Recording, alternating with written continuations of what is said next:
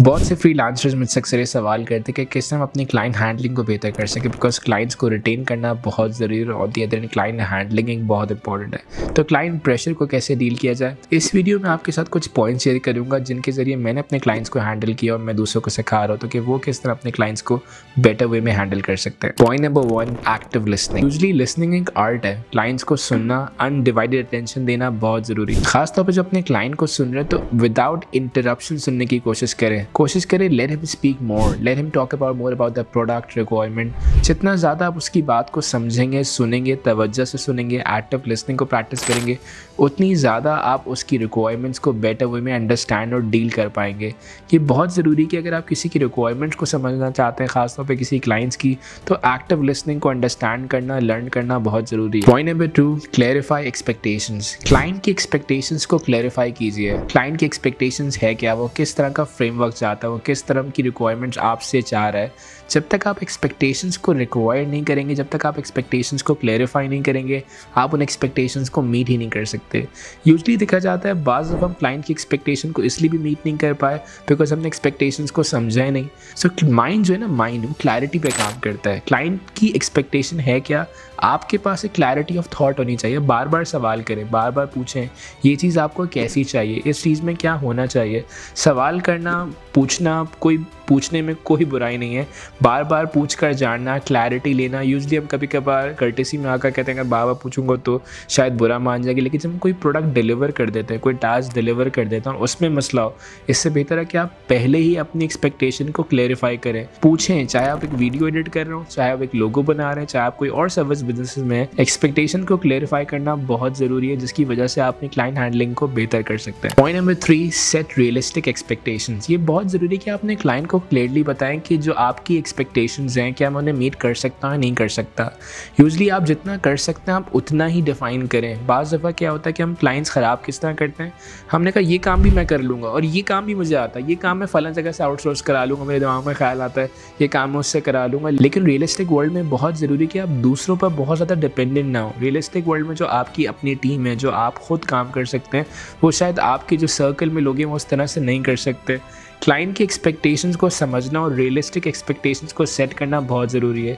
Usually वो buffet जब आपके सामने लगा होता है ना, आपका पेट तो, स्टमक तो छोटा सा होता है, लेकिन आपका दिल कर रहा होता है मैं सब खा जाऊँ। यानी इंसानी हवस, दुनिया की ख्वाहिशात बहुत ज़्यादा है। सो बहुत ज़रूरी है कि आप इंटेलेक्चुअली, लॉजिकली देखें कि आप इन एक्सपेक्टेशंस को मीट कर सकते हैं नहीं, और अगर आप इन एक्सपेक्टेशंस को मीट कर सकते हैं तभी कमिट करें।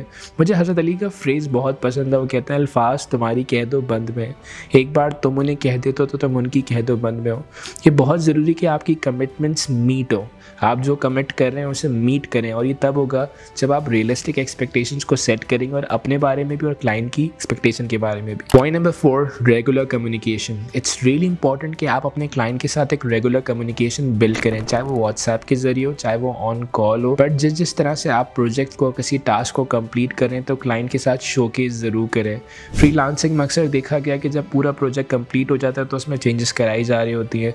सिमिलरली आपको कोशिश करनी चाहिए कि आप एक कम्युनिकेशन बिल्ड करें, आप अपनी इन्फॉर्मेशन, अपने प्रोजेक्ट के बारे में डिटेल्स शेयर करते रहें, और अगर कोई चेंजेस हैं तो कि वो चेंजेस वक्त के साथ साथ होती रहें और आपको मुश्किल ना हो। लेकिन इसके लिए ज़रूरी है कम्युनिकेशन को बिल्ड करना, और कम्युनिकेशन मैं समझता हूँ एक बहुत इंपॉर्टेंट स्किल है आने वाली दुनिया में भी और करंट दुनिया में भी। वो साइमन सिनेक भी कमाल बात कहते हैं ना, your customers are people, your employees are people, your competitors are people, but if you don't understand people, you don't understand business।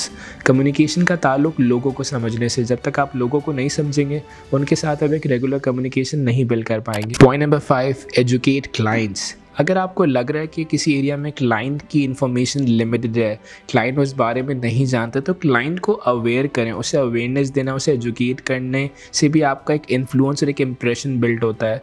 Sometimes अगर आप बात करें और आपकी बात में सोशल प्रूफ है, आप अपने क्लाइंट को कोई चीज़ समझा रहे हो और आप किसी सोशल प्रूफ के साथ समझा रहे हैं और आप उसे एजुकेट करें, तो इसका भी एक इन्फ्लुएंस होता है। जस्ट लाइक आप किसी को कोई फ्री सर्विसेज दे रहे हैं, किसी को कोई बात देना, कंसल्ट करना, अपने क्लाइंट को भी कंसल्ट करना, किसी ऐसे डोमेन में जिस डोमेन में उसको नहीं पता। मैं समझता हूँ ये वैल्यू एडिशन है क्लाइंट के लिए और आपकी क्लाइंट हैंडलिंग को बहुत बेहतर करेगा। यूजली हमें बहुत सी बातें पता होती है, लेकिन हमने कहा यार हम ये बात क्लाइंट को नहीं बताते, क्लाइंट जब बाद में फंसेगा ही तो मेरे पास आएगा। मैं समझता हूँ कोशिश कीजिए, अंडरस्टैंड कीजिए गिविंग के कॉन्सेप्ट को। जिम रॉन का फ्रेज कमाल है, वंस यू स्टार्ट गिविंग ना, receiving will come from unknown resources. जो कुछ आपके पास है उसे बांटने की कोशिश कीजिए, हर चीज़ बचा के रखना, हर चीज़ की कॉस्ट लेना मैं समझता हूँ ये इतना ज़रूरी नहीं है। ज़रूरी है कि आप अपने क्लाइंट को, अगर आपको लग रहा है कि आप एजुकेट कर सकते हैं तो उसे एजुकेट ज़रूर कीजिए। Point number 6, negotiate realistic timelines. जो भी आपकी टाइमलाइंस है प्रोजेक्ट की, उस टास्क की, उसे नेगोशिएट ज़रूर कीजिए और रियलिस्टिक टाइमलाइंस रखिए। बहुत दफ़ा जो सबसे बड़ा मसला आता है ना क्लाइंट्स के साथ, वो आता है टाइमलाइंस का। हम ज़्यादा प्रोजेक्ट्स ले लेते हैं, ज़्यादा टास्कों पे काम कर रहे होते हैं और हम टाइमलाइंस को मैनेज नहीं कर पाते। कोशिश कीजिए अपने काम को ओवर डिलीवर करने की कोशिश कीजिए, वक्त से पहले डिलीवर करने की कोशिश कीजिए। I love this phrase, if you not over prepare you are under prepare. कोशिश कीजिए आप क्लाइंट को जो डेडलाइन दे रहे हैं उससे 2 दिन पहले उस प्रोजेक्ट को डिलीवर कर दें। उससे क्या होगा कि आपके साथ आपका क्लाइंट का रिलेशन और मीनिंगफुल और पॉजिटिव होगा, क्योंकि आपने उसकी एक्सपेक्टेशन से बढ़ के डिलीवर किया। सो बहुत ज़रूरी है, अंडरस्टैंड कीजिए, टाइमलाइंस बहुत मैटर करते हैं आपके और क्लाइंट के रिलेशन के दरमियान। और यूजली बहुत ज़्यादा क्लाइंट रिलेशन ख़राब ही कब होते हैं, बहुत से लोग दूसरे डिज़ाइनर, दूसरे एडिटर या दूसरे किसी प्रोजेक्ट पर तभी मूव होते हैं जब उनकी टाइमलाइंस वक्त पर मीट ना हो। Last point, take break and manage stress. Usually देखा जाता है हम बैक टू बैक काम कर रहे हैं, बैक टू बैक काम कर रहे हैं, हम अपनी वेलबींग पर काम ही नहीं कर रहे, हम सिर्फ क्लाइंट पे काम कर रहे हैं। भाई आप जो क्लाइंट पे भी काम कर रहे हैं ना, उसका ताल्लुक कहीं ना कहीं आपकी वेलबींग से होना चाहिए।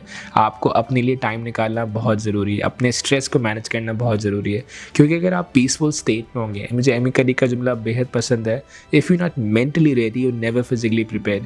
अगर आप मेंटली रेडी हैं, इन अ पीस सिचुएशन है, तो आप बेहतर सर्विसेज को डिलीवर कर सकते हैं अपने क्लाइंट्स को। मैं उम्मीद करता हूँ आपको स्ट्रैटेजीज पसंद आई हो। अगर आपके कुछ सवालात हैं कि किस तरह क्लाइंट्स को मज़ीद तरह से बेहतर तरह से हैंडल किया जा सकता है, कमेंट्स बॉक्स में ज़रूर पूछिए, अपने ख्यालात का इज़हार ज़रूर कीजिए। इस वीडियो को शेयर करना मत भूलिए और मेरे चैनल को भी सब्सक्राइब करना मत भूलिए।